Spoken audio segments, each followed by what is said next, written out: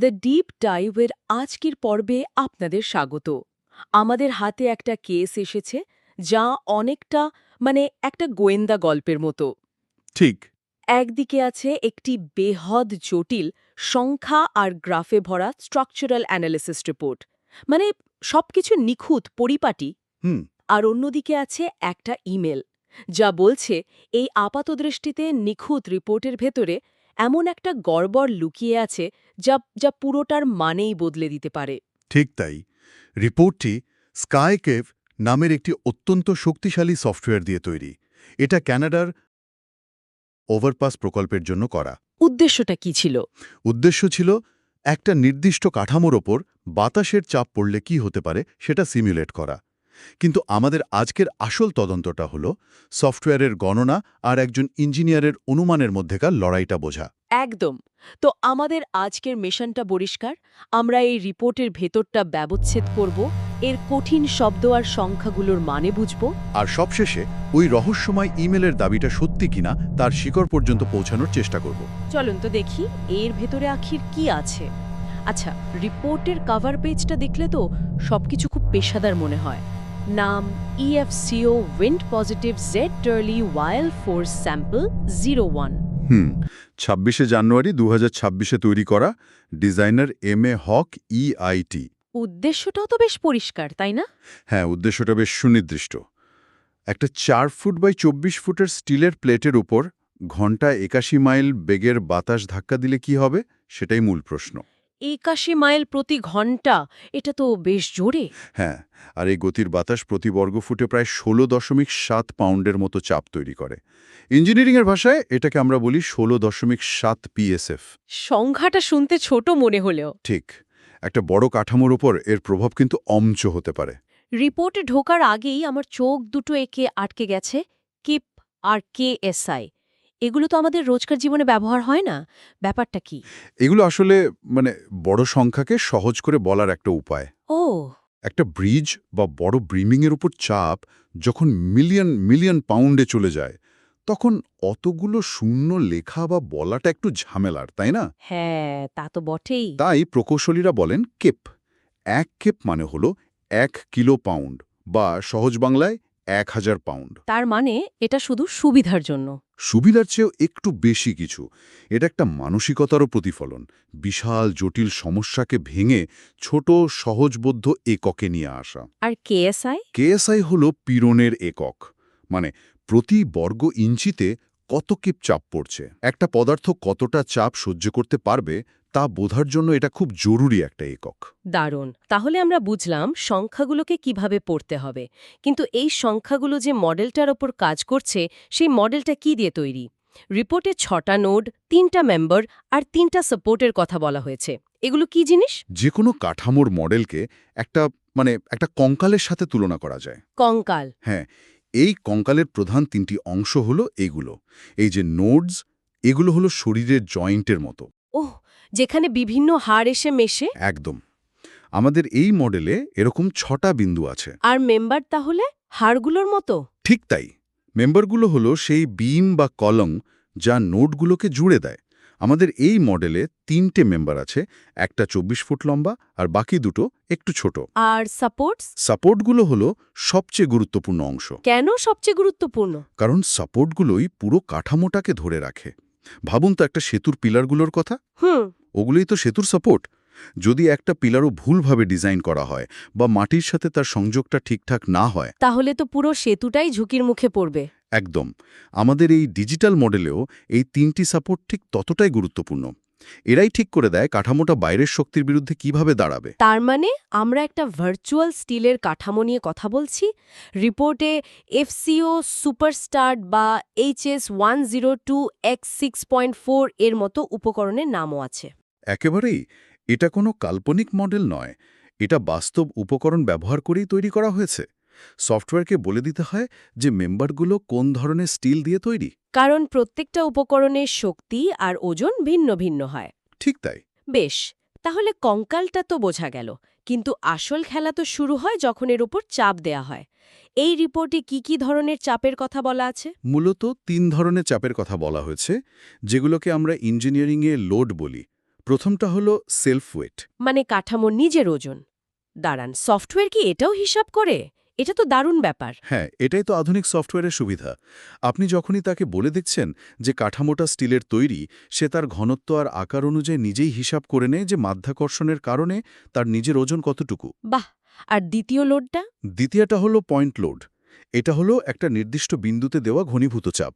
যেমন এই মডেলে নোড নম্বর 469-এ ঠিক 2 কিপ মানে 2000 পাউন্ডের একটা নিম্নমুখী বল প্রয়োগ করা হয়েছে। হতে পারে ওখানে কোনো ভারী যন্ত্র বসানো হবে বা কিছু একটা? সম্ভবত। আর তৃতীয়টা, যেটা এই রিপোর্টের মূল বিষয়, সেই বাতাসের চাপ। ঠিক, সেটাকে বলা হচ্ছে মেম্বার ডিস্ট্রিবিউটেড লোডস। কারণ বাতাসের চাপ তো একটা বিন্দুতে পড়ে না। ও, পুরো একটা অংশ জুড়ে সমানভাবে পড়ে। একদম, অনেকটা একটা দেয়ালে বাতাসের ধাক্কা লাগার মতো।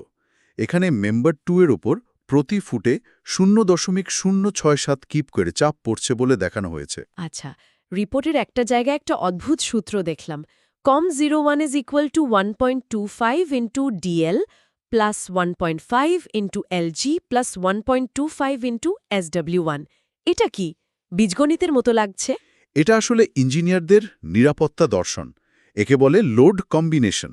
নিরাপত্তা দর্শন? হ্যাঁ, বাস্তব জীবনে তো একটা কাঠামোর ওপর অনেক ধরনের চাপ একসাথে আসতে পারে। তার নিজের ওজন SW1, তার ওপর রাখা কোনো স্থায়ী জিনিসের ওজন DL, আবার বাতাস বা মানুষের চলাচলের মতো অস্থায়ী চাপও LG থাকে।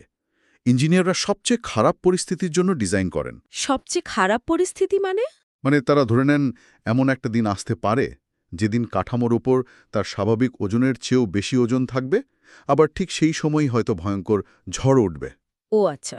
তাই প্রত্যেকটা লোডকে একটা নির্দিষ্ট সংখ্যা বা ফ্যাক্টর দিয়ে গুণ করা হয়।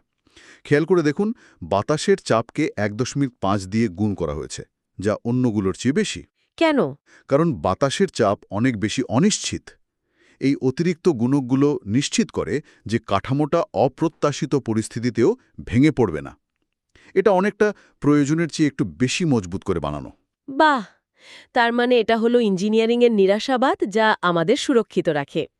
বেশ, তাহলে এত সব তথ্য আর নিরাপত্তা ফ্যাক্টর দেওয়ার পর সফটওয়্যার কি ফলাফল দেখালো? হ্যাঁ, সফটওয়্যার তার কাজ করেছে।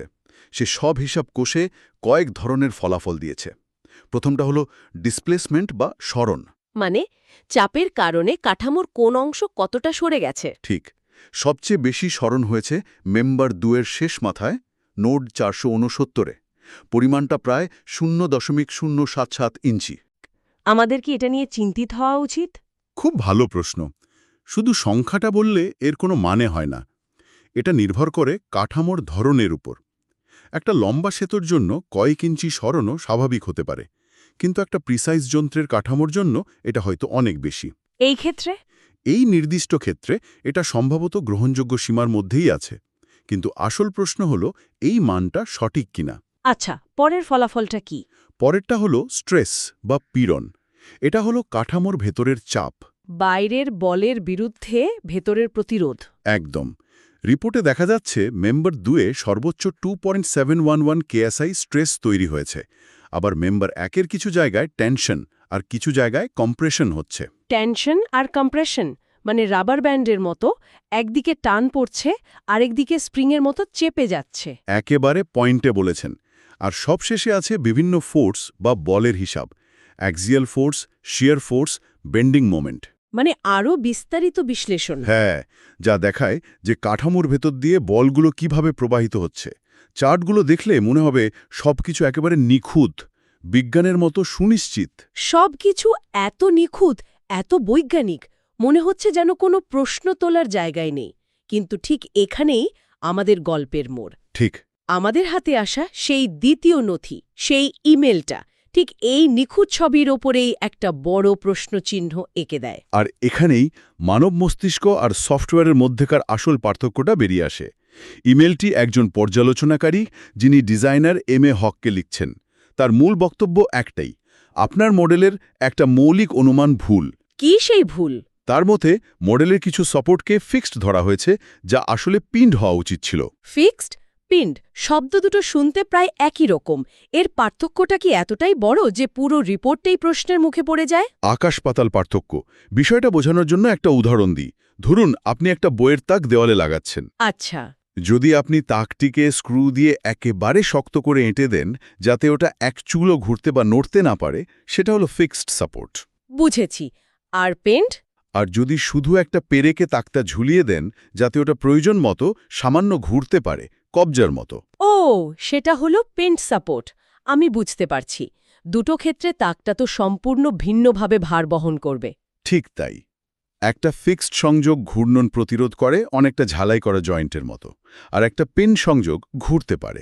ইঞ্জিনিয়ারিংয়ে একটা সাপোর্টকে ফিক্সড না পিন ধরবেন তার উপর নির্ভর করে পুরো কাঠামোর ভেতরের বলের বন্টন সম্পূর্ণ বদলে যায়। তার মানে একটা মাউসের ক্লিকে করা এই ছোট্ট একটা ভুল পুরো হিসাবটাকে অর্থহীন করে দিতে পারে? পারে, এবং সম্ভবত করেছে। এটা তো অবিশ্বাস্য। কিন্তু একজন পেশাদার ইঞ্জিনিয়ারের পক্ষে এমন একটা মৌলিক ভুল করাটা কি স্বাভাবিক, নাকি সফটওয়্যারটা ব্যবহার করা এতটাই জটিল? পর্যালোচনাকারীর মতে সমস্যাটা অন্য জায়গায়। তিনি সন্দেহ করছেন যে ডিজাইনার একটা দ্বিমাত্রিক বা 2D সমস্যাকে জোর করে ত্রিমাত্রিক বা 3D মডেলে সমাধান করার চেষ্টা করেছেন। আর সেখানেই গোলমালটা হয়েছে। সম্ভবত। দাঁড়ান, 2D বনাম 3D, এটা আবার কি? একটু সহজ করে বোঝান তো। বাতাসের চাপটা মূলত একটা সমতলে কাজ করছে, তাই না? হ্যাঁ। এটা একটা 2D সমস্যা। কিন্তু ডিজাইনার মডেলটা বানিয়েছেন 3Dতে। একটা 3D মডেলে প্রত্যেকটা বিন্দুর নড়াচড়া করার স্বাধীনতা অনেক বেশি থাকে। সেটা ওপরে, নিচে, ডানে, বামে, সামনে পেছনে যেতে পারে, আবার 3 দিকে ঘুরতেও পারে। একে ডিগ্রিজ অফ ফ্রিডম বলে? একদম, স্বাধীনতার মাত্রা। 3D মডেলে এই অতিরিক্ত স্বাধীনতাগুলো যদি সঠিকভাবে নিয়ন্ত্রণ বা লক করা না হয় তাহলে মডেলটা অবাস্তব আচরণ করতে পারে। ও। পর্যালোচনাকারী বলছেন যে কংক্রিটের চাপের জন্য তৈরি করা 2D মডেলটা অনেক সহজ আর নির্ভুল ছিল, কিন্তু 3D মডেলে এই ফিক্সড বনাম পিন্ড এর ব্যাপারটা ঠিকভাবে সংজ্ঞায়িত করা হয়নি। যার ফলে মডেলটা হয়তো এমনভাবে বল প্রতিরোধ করছে যা বাস্তবে সম্ভবই নয়। ঠিক তাই। তাহলে তো এটা সফটওয়্যারের ভুল নয়, এটা হলো সফটওয়্যারকে দেয়া নির্দেশের ভুল। এর সমাধান হিসেবে কি বলা হয়েছে? পর্যালোচনাকারী খুব বিচক্ষণতার সাথে দুটো পরামর্শ দিয়েছেন। এক, হয় 3D মডেলেই সাপোর্টগুলোর ধরন পাল্টে ভুলটা শুধরে নেওয়া হোক। মানে যেগুলোকে ভুল করে ফিক্সড করা হয়েছে সেগুলোকে পেন্ট করা হোক। হ্যাঁ, অথবা 2, পুরো মডেলটাই নতুন করে 2D হিসেবে তৈরি করা হোক, যা এই নির্দিষ্ট সমস্যার জন্য অনেক বেশি উপযুক্ত এবং সহজ। তিনি কি সব মডেল একবারে ঠিক করতে বলেছেন? না, আর এটাই তার অভিজ্ঞতার পরিচয়। তিনি বলেছেন আপাতত শুধু একটা মডেল ঠিক করে পাঠান। কেন? তিনি দেখতে চান যে প্রস্তাবিত সমাধানটা কাজ করছে কিনা। যদি করে, তারপর বাকিগুলো ঠিক করা হবে। এটা একটা খুব ভালো পেশাদারি অভ্যাস, একবারে বড় পরিবর্তন না করে ছোট ছোট ধাপে এগিয়ে সমস্যা সমাধান করা। তাহলে পুরো গোয়েন্দা গল্পের সারমর্মটা কি দাঁড়ালো? আমাদের তদন্ত থেকে আমরা কি শিখলাম? আমরা শিখলাম যে আধুনিক সিমুলেশন সফটওয়্যার অবিশ্বাস্য রকম শক্তিশালী, কিন্তু দিন শেষে সেটা একটা যন্ত্র মাত্র। সে শুধু তাই করে যা তাকে করতে বলা হয়। আসল খেলাটা হয় ব্যবহারকারীর মাথায়। একদম, তার ধারণা, তার অনুমান আর তার অভিজ্ঞতায়। একটা ভুল অনুমান, একটা ফিক্সড বনাম পিন্ড সংযোগের সিদ্ধান্ত হাজার হাজার জটিল গণনাকে মুহূর্তের মধ্যে অর্থহীন করে দিতে পারে। এখানে সফটওয়্যারের গণনায় ভুল নেই। না, ভুলটা হলো ডিজিটাল মডেলটা বাস্তবতাকে সঠিকভাবে তুলে ধরতে পারেনি। Garbage in, garbage out.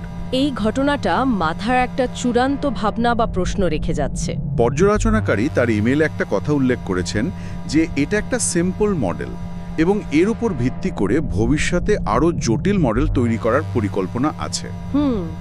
এখন আমার প্রশ্নটা হলো, এই সাধারণ সরল মডেলে যে মৌলিক ত্রুটিটা পাওয়া গেল সেটা যদি কোনোভাবে চোখ এড়িয়ে যেত এবং একটা সম্পূর্ণ ওভারপাসের চূড়ান্ত জটিল ডিজাইনে ঢুকে পড়ত, তাহলে তার পরিণতি কতটা মারাত্মক হতে পারত? ঠিক, যে সেতুর ওপর দিয়ে প্রতিদিন হাজার হাজার গাড়ি চলবে তার নিরাপত্তার ভিত্তি যদি এমন একটা ভুল অনুমানের ওপর দাঁড়িয়ে থাকে, তাহলে ডিজিটাল সিমুলেশনের ওপর আমাদের আস্থা রাখা উচিত নাকি তাকে সবসময় সন্দেহের চোখে দেখা উচিত? এই প্রশ্নটা আমাদের ভাবার জন্য রইল।